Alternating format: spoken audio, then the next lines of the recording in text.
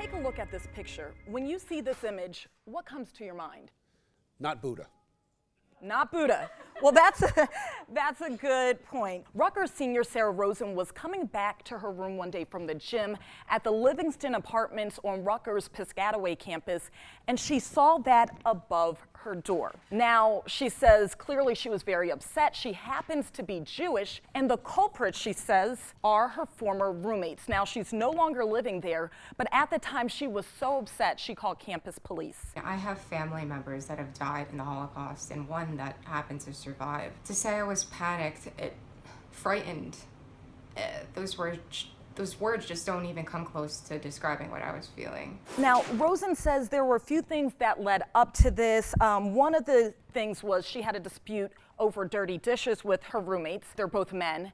And also, she says there was another situation where one put up a Facebook post with the book on Hitler and said, ooh, this should be interesting. So she says, come on now. On social media, actual Buddhists have reached out to her. One post says the sign itself can be found on altars. Even went on to say no self-respecting Hindu or Buddhist would use duct tape. And that's what they made it out of on her. They objected to the duct tape and not the symbol?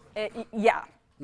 I know, but she was just they were just saying that it was not even used appropriately if they were really Buddhists. She was even more furious with how Rutgers has handled the situation. I've been attending meeting after meeting with campus deans, administration, conduct reps, and I've just been getting met with the same answers. Sara, this is an educational experience. Sara, boys will be boys. They're just not as mature as you. So I put in numerous calls to Rutgers. Now it's day 2. Have yet to hear back from the university. But I did read somewhere where they said they have not determined this was a bias crime. Those from the Anti-Defamation League, they say they are demanding that the university speak out against this. When a university does not speak out against incidents of hate or bias or bigotry,